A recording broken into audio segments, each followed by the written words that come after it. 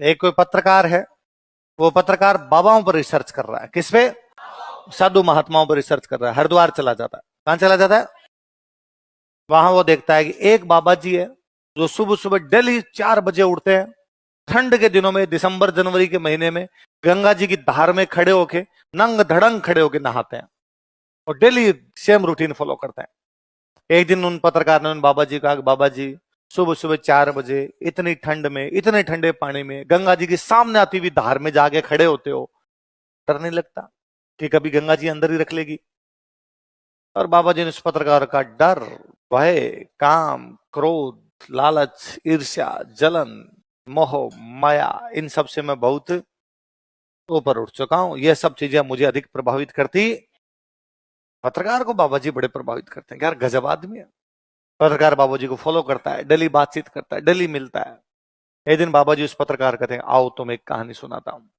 एक गांव में दो भाई थे। उनके माता पिता की मृत्यु हो चुकी थी। बड़े भाई की शादी हो रखी थी। बड़ा भाई मेहनत मजदूरी करके घर चलाता था। छोटा भाई पढ़ाई करता था। बड़े भाई का एक ही सपना था कि छोटे भाई को पढ़ा लिखा कर सरकारी नौकरी लगानी है। समय का चक्कर घुमा, गांव में अकाल पड़ा, गांव में मजदूरी मिलनी बंद हो गई, बड़े भाई पर कर्जा हो गया, मांगने वाले घर आने लगे। एक दिन बड़े भाई ने अपनी पत्नी को कहा, इस प्रकार घर पर बैठे बैठे, हाथ पर हाथ धरे बैठे से काम चलेगा नहीं।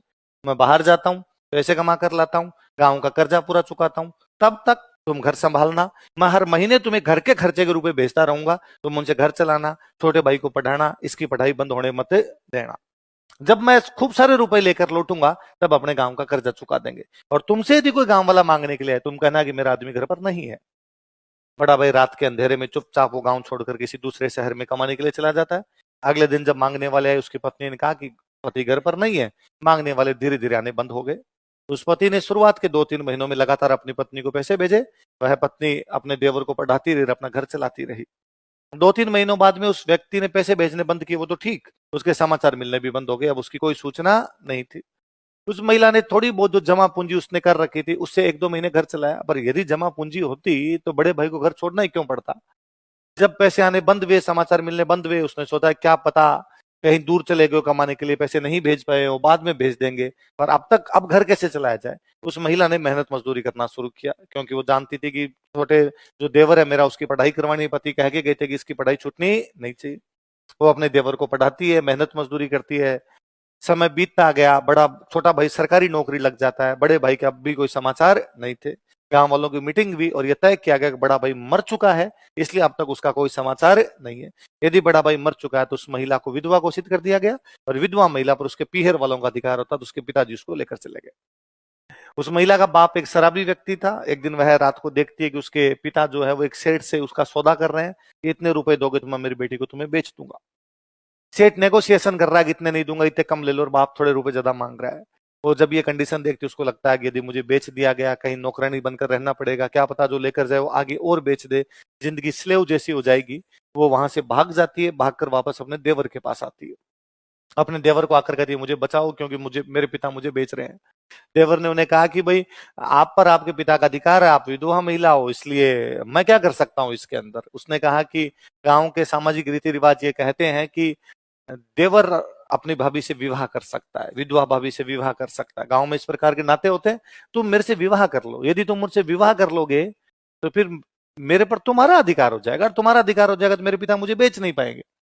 तो उसने कहा बात तो सही है, इस प्रकार की शादियां होती है, पर आपने मुझे पाल पोस कर बड़ा किया, मैंने आपको कभी इस नजर से देखा ही नहीं, मैं आपसे विवाह कैसे कर सकता हूँ? गांव वालों की पंचायत पुनः बैठी। गांव वालों ने कहा कि इस महिला को कहीं बेच दिया जाए, ये बेचारी दर दर की ठोकरें खाती घूमे, उससे अच्छा तुम शादी कर लो, ठीक रहेगा। वो देवर भाभी आपस में शादी कर लेते हैं, उनके बच्चे हो जाते हैं, हंसी खुशी वो अपना जीवन व्यतीत कर रहे होते हैं। एक दिन बड़ा भाई बहुत सारे धन के साथ वापस लौटता है। उसने पहले तो अपने पत्नी को कहा कि जब मैं कहकर गया था वापस आऊंगा तो तुमने इंतजार क्यों नहीं किया, तो तुमने शादी कैसे कर ली इसके साथ? गांव वाले वापस आए, गांव वालों ने आकर उसे कहा कि भाई जब तेरे समाचार नहीं आए तो ये हमारी पंचायत का निर्णय था कि इस महिला को विधवा घोषित किया गया, और विधवा महिला देवर से शादी कर सकती, इसलिए इन्होंने शादी की। यदि तू जिंदा था, रुपए नहीं भेज पाया, कोई बात नहीं, समाचार तो भेजता, हमें वस्तु स्थिति तो पता होती। वो महिला अंदर बैठी बैठी सोचती है कि मेरा पति कौन है? वह है जिसके साथ मैं अभी रहती हूँ, जिससे मेरे बच्चे हैं, या वह है जो मेरा पहले पति था बाहर आके बैठा है बहुत धन के साथ। हूं गोरी किण पीवरी, हूं गोरी पीव मतलब पति, गोरी मतलब महिला। मैं अब किसकी पत्नी हूं, मेरा पति कौन है। उधर वो बड़ा भाई बाहर बैठा बैठा सोचता है यदि मैं ना आता तो इनका जीवन ठीक चल रहा था। इन्होंने मुझे मरा हुआ समझ लिया था, छोटे भाई की सरकारी नौकरी थी, इन्होंने आपस में विवाह कर लिया था, इनके बच्चे थे, इन पर कोई कर्जा नहीं था, हंसी खुशी अपना जीवन व्यतीत कर रहे थे। मैंने आके फालतू में इन सब लोगों के जीवन में झंझावात पैदा कर दी है। बड़ा भाई बहुत सारा धन कमा के लौटा था, वो पूरा धन वहां पर छोड़ता है, चुपचाप वहां से वापस निकल जाता है। ये कहानी सुनाकर बाबा जी पत्रकार को कहानी सुनाकर वहां से चले गए। पत्रकार बैठा बैठा सोचता है कि बड़ा भाई बाबा जी तो नहीं।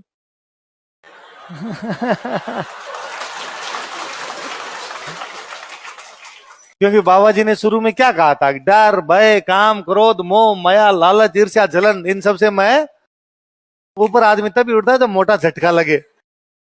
तो आदमी का जीवन तो बदल ही गया था, इसलिए इस टाइटल का नाम क्या है बताओ देखे, हूं गौरी किरण प्योरी। क्या नाम है?